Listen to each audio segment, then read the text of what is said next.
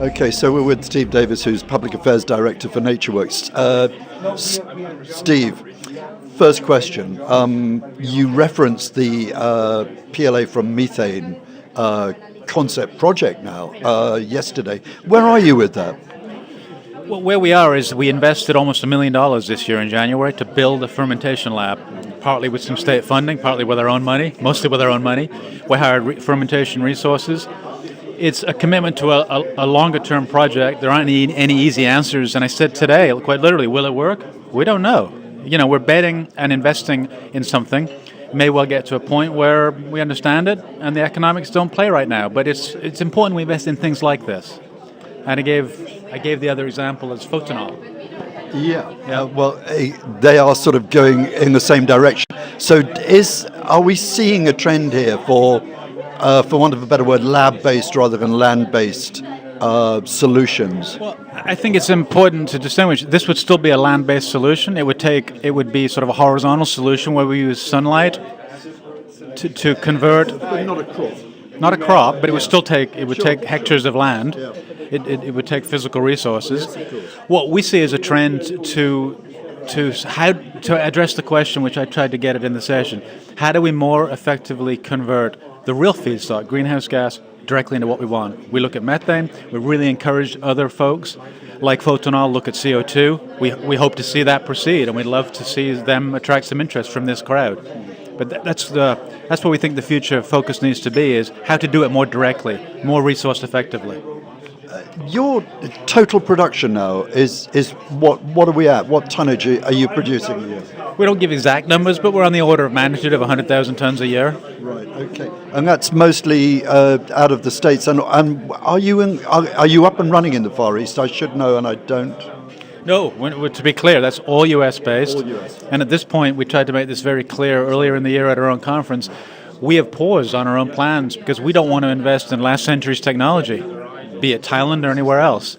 We've got enough going on with feedstocks and polymer process improvements that we want to pause and let those play out and then build the latest technology. Okay, just sort of projecting forward a little bit. So we're at a kind of sophisticated trial stage now with the methane. Okay, assuming all goes well, you get the right partnerships in place, you could be looking at commercialization within, 5 years? I think that's realistic. It's at least 5 years out. Right. I don't know. We don't want to mislead on that. This is what the Ellen MacArthur Foundation likes to call a moonshot. May work, may not work, but it's important that we as an industry invest in this kind of moonshot. Yeah, and there's nothing wrong with transparency in taking moonshots. Right. I agree. But assuming it does go, realistically, what proportion of your total output do you reckon it could account for?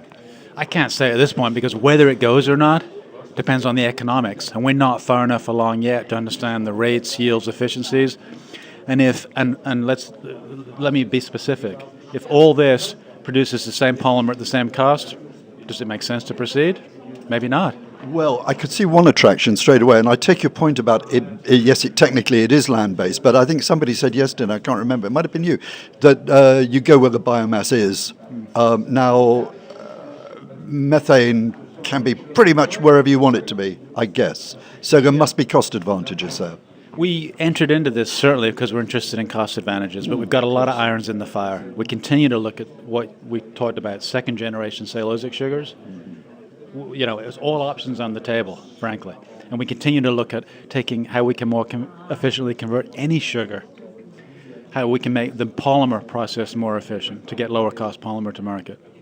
So there's a lot of things going on, a lot of things in play here. You would not position PLA as a biodegradable.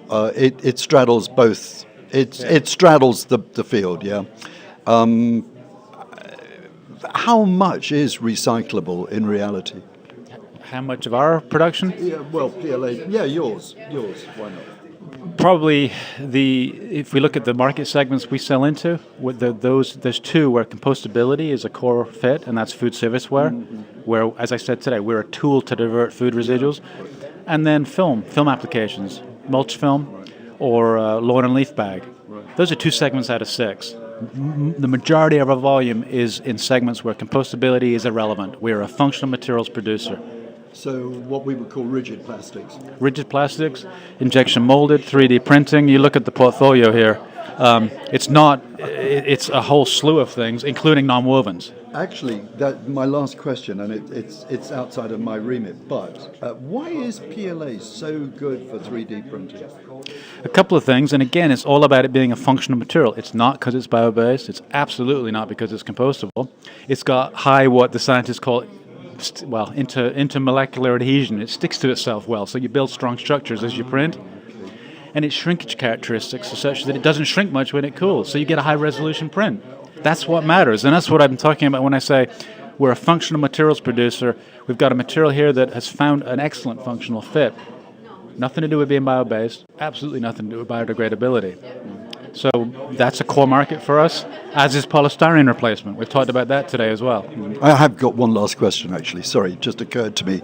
But and I saw you in discussion with the gentleman from the EU Environmental Commission yesterday.